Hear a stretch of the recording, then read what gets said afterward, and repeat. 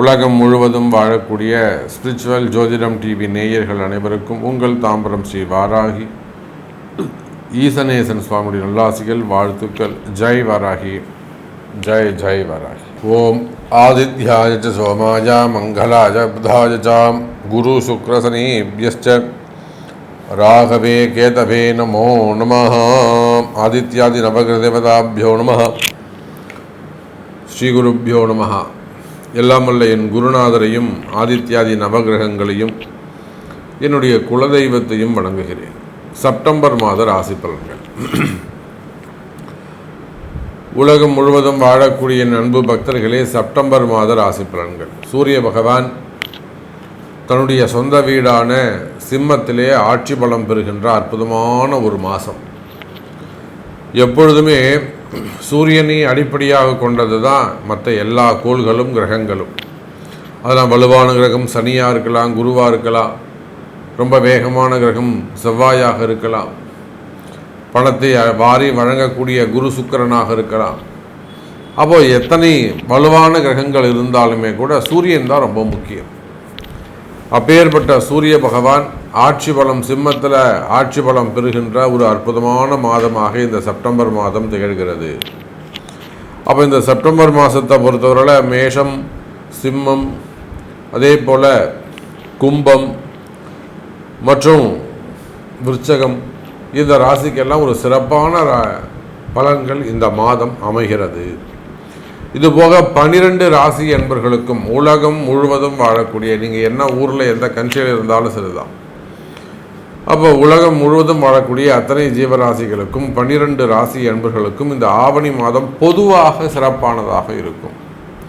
ஏன்னா சூரியன் சிறப்பான முறையில் இருக்கிறார். காலபுருஷனுக்கு 5ஆம் பாவத்தில் தன்னுடைய சொந்த வீட்டில் ஆட்சி பலம் பெறுகின்றார். ஏன்னா இப்போ சனி வேற வக்ரம் அடைஞ்சிருக்கிறாரு. சூரியனுக்கு சனியுடைய பார்வை கிடைக்கல. சனி சூரியன் சேர்க்கை இருக்குமே, ஆனால் அது அரசாங்கத்துக்கே ஆபத்து ஏற்பட்டிருக்கும். இப்போ கூட பார்த்தீங்கன்னாக்கா வங்காளதேசத்தில் நம்முடைய அருகாமையில் இருக்கக்கூடிய ஒரு நாடு வங்காளதேசம். இந்த பங்களாதேஷில் இப்போ இராணுவ புரட்சி ஏற்பட்டிருக்கு. இந்த பக்கம் பாகிஸ்தான்லேயும் பிரச்சனையாக இருந்துக்கிட்டு இருக்கு. அதே போல் ஈராக் அங்கேயும் கொஞ்சம் ப்ராப்ளமாக இருந்துக்கிட்டு இருக்கு. அப்போ இந்த கிழக்கிந்திய அந்த நாடுகளுக்கெல்லாம் பிரச்சனைக்கு காரணம் இந்த சனி பகவானுடைய வக்ரம். அதே போல் இந்த செப்டம்பர் மாதம் சூரிய பகவான் சிம்மத்தில் இருக்கும்போது, ஒருவேளை சனி பகவான் நார்மலான பொசிஷனில் கும்பத்தில் இருப்பாரே, ஆனால் அது 12 ராசிக்கும் அந்த அரசாங்கத்துக்கே கூட அது பிரச்சனையாக இருந்திருக்கும். நல்ல வேளை அந்த சனி பகவான் வக்ரம் அடைஞ்ச காரணத்தினால் 12 ராசி அன்பர்களுக்கும் நல்ல சுபத்துவமான பலன்கள் அரசாங்கத்துக்கும் அரசியல் தலைவர்களுக்கும் நாட்டுக்கும் நாட்டு மக்களுக்கும் விவசாயத்திற்கும், மாடுகன்று வச்சுருக்கக்கூடியவங்க, தோட்டந்தொடர்பு வச்சுருக்கக்கூடியவங்க, நீர்ப்பாசனத்தை நம்பி இருக்கக்கூடியவங்க, மெயினாக விவசாயம் செய்யக்கூடிய என் அன்பு சகோதர சகோதரிகள், அப்போ இவங்க பொதுவாகவே இந்த நாட்டிற்கு இந்த செப்டம்பர் மாதம் ஒரு சிறப்பான நல்ல புண்ணியமான பலன்களை தரப்போகுது. ஒரு புண்ணியமான மாதம்னு சொன்னால் கூட அது ஏற்றுக்கொள்ளக்கூடியதாக இருக்கும். காரணம் என்னன்னு கேட்டிங்கனாக்கா, சூரியனோடு இணைந்து புதன் பகவான் 2-11 கூடியவன் சூரியனுக்கு, 2-11 கூடிய புதனும் அங்கே சிம்ம ராசியில் அமைந்திருக்கிறார். குரு 4-10 அமைந்திருக்கிறார். அதே போல் ராகுவும் கேதுவும் கூட இங்கே கீழே இறங்கி உத்திரட்டாதி நட்சத்திரம் இறங்கி கீழே வந்துக்கிட்டு இருக்காங்க. அப்போ பொதுவாக இந்த செப்டம்பர் மாதத்தை பொறுத்தவரையில் சனியுடைய நட்சத்திரத்தில் ராகுவும், இந்த பக்கம் பார்த்தீங்கன்னாக்கா அஸ்தம் நட்சத்திரத்தில் கேதுவும், அதே போல் சதயம் நட்சத்திரத்தில் சனி பகவானும் சஞ்சாரம் செய்கிறார்கள். அப்போ இந்த செப்டம்பர் மாதத்தை பொறுத்தவரையில் அரசாங்கம், அரசியல் தலைவர்கள், சினிமா துறையை சார்ந்தவர்கள், மடாதிபதிகள், ஆன்மீக பெரியோர்கள், ஆன்மீகத்தில் ஈடுபட்டிருக்கக்கூடியவர்கள், தலைமை பொறுப்பேற்று நடத்தக்கூடியவர்கள், எஜமானர்கள், இவங்க எல்லாருக்குமே இந்த செப்டம்பர் மாதம் ஒரு சிறப்பான மாதமாக, ஒரு வளர்ச்சியான மாதமாக அமைகிறது. அதே போல் வேலை வாய்ப்புகளுக்கும் சிறப்பாக இந்த மாதம் அமைய போகுது. நல்ல பொசிஷன், நல்ல ஒரு ரேங்க்கு அல்லது ஒரு டெவலப்மெண்ட் எதிர்பார்க்குறீங்க, ஒரு இம்ப்ரூவ்மெண்ட் எதிர்பார்க்குறீங்கன்னா அந்த வளர்ச்சி உங்களுக்கு கொடுக்க காத்திருக்கிறார் சூரியனும் குருவும். ஸோ செப்டம்பர் மாதம் உங்கள் ராசிக்கு எப்படி இருக்குது, உங்களுக்கு என்ன சொல்லுது? பொதுவாக செப்டம்பர் மாதம் சிறப்பாக இருக்குது. உங்கள் தலையெழுத்து, உங்களுடைய பிறப்பு ஜாதகம் அதுக்கு ஒத்து போதா? இந்த வளர்ச்சியை அது ஏற்றுக்குமா? உங்களுக்கு நல்லது நடக்குமா? அப்படிங்கிறத உங்கள் பிறப்பு ஜாதகம் தான் பேசும். வாருங்கள் உங்கள் ராசிக்கு என்ன சொல்லுதுன்னு பார்க்கலாம். அன்பார்ந்த துலாம் ராசி அன்பர்களே, துலாம் ராசி என்பர்களே, இந்த மாதம் செப்டம்பர் மாதம் மிக சிறப்பான முறையில் உங்களுக்கு ராசி பலன்கள் அமைகின்றன. ஆதித்யாதி நவகோள்களும் நவகிரகங்களும் துலாம் ராசிக்கு ஒரு சப்போர்ட் பண்ணக்கூடிய வகையில் அமைகிறது. நான் எப்பொழுதுமே துலாம் ராசிக்கு ஒரு வார்த்தை சொல்வது உண்டு. நல்ல உயர்ந்த குடும்பத்தில், கௌரவமான ஒரு குடும்பத்தில் அற்புதமான ஒரு அப்பா அம்மா இருப்பாங்க. நல்ல புண்ணியம் செஞ்ச அப்பா அம்மாவாக இருப்பாங்க. அவங்களுக்கு பிள்ளைங்களாக நீங்கள் பிறந்திருப்பீங்க. அல்லது ஏழ்மையான ஒரு குடும்பத்தில் பிறந்து படிப்படியாக வளர்ச்சி அடைஞ்சு ஒரு நல்ல பிள்ளையாக, நல்ல குணமுள்ள பிள்ளைகளாக நீங்கள் வளர்ந்துருப்பீங்க. அது ஆணோ பெண்ணோ யாராக வேண்டுமானாலும் இருக்கலாம். அப்போ துலாம் ராசியை பொறுத்தவரையிலும் நேர்மை இருக்கும், உண்மை இருக்கும், ஒழுக்கம் இருக்கும். ஆனால் இது எல்லாமே டேலண்ட், திறமைகள் இருக்கும், பணிவுகள் இருக்கும், படிப்பு இருக்கும், நல்ல அறிவுகள் இருக்கும், பண்புகள் இருக்கும். இதெல்லாம் இருந்தாலுமே கூட தேவையான அந்த வளர்ச்சி இருக்குமா? நல்லா படிச்சுட்டான் சாமி, ஒரு உதாரணத்துக்கு ஒன்று சொல்கிறேன். நல்லா படிச்சிருக்கான் சாமி, எம்எஸ் படிச்சிருக்கான், அதுக்கு மேலே எம்ஃபில் பண்ணியிருக்கான். இவங்க பின்னாடி படித்த எம்எஸ் இவன் கூட டிகிரி முடித்த இன்ஜினியரிங் முடித்த பசங்களுக்கெல்லாம் 1.25 லட்ச ரூபா 2 லட்ச ரூபா சம்பளம். இவனுக்கு 80,000 தான் சம்பளம். பாருங்கள், அப்போ கிடைக்க வேண்டிய பாக்கியம் அங்கு தடைபடுகிறது. புரியுதா?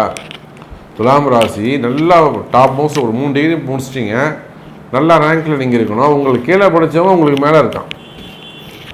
அப்போ உங்களுக்கு கிடைக்க வேண்டிய நற்குண பாக்கியங்கள் உங்களுக்கு சரியாக கிடைக்கலன்னு அர்த்தம், தடைபடுதுன்னு அர்த்தம். அப்படி பார்க்கின்ற பொழுது துலாம் ராசி என்பர்களே, அந்த மாதிரியான பிரச்சனைகள் இருக்குமே. ஆனால் அதெல்லாம் முழுக்க முழுக்க முழுக்க ஊழ்வினை கர்மா தான் காரணம். நீங்கள் உலகத்தில் எந்த மூலையில் இருந்தாலும், எந்த கண்ட்ரியில் இருந்தாலும் சரிதான், நீங்கள் மிகப்பெரிய தொழிலதிபராக இருந்தாலும் சரிதான், மாதம் பல கோடி ரூபாய் சம்பாதிக்கக்கூடியவராக இருந்தாலும் சரிதான், அந்த பணம் உங்களுக்கு தான், எனக்கு ஒன்றும் செய்யாது.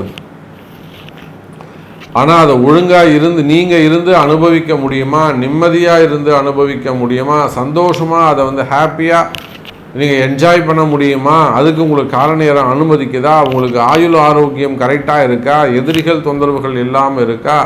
சந்தோஷமாக நிம்மதியாக படுத்து தூங்கி எழுந்துக்கிறீங்களா? இதெல்லாம் தான் அங்கே இருக்கக்கூடிய கேள்விகள்.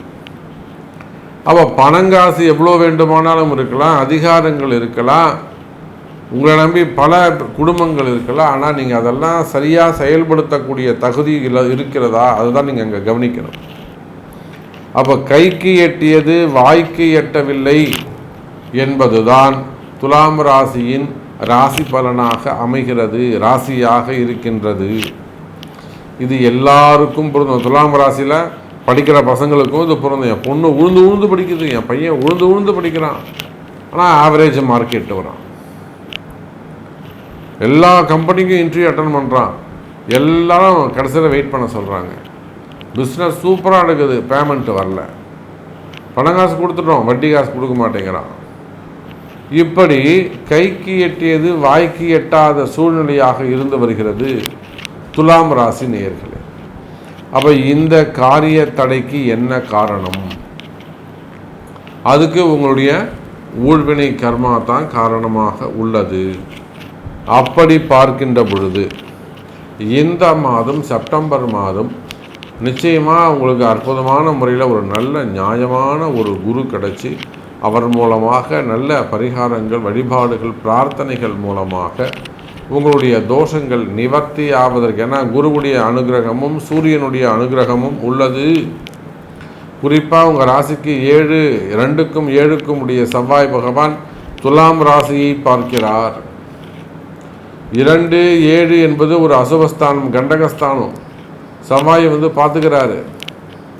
அப்போது நிச்சயமாக துலாம் ராசி என்பர்களே ஆயுள் ஆரோக்கியத்தில் அதிக அக்கறை செலுத்த வேண்டும்.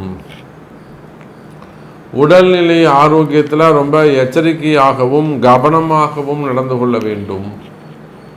ஹெல்த் வைஸ் ரொம்ப நீங்கள் கவனமாக நடந்து கொள்ள வேண்டும்.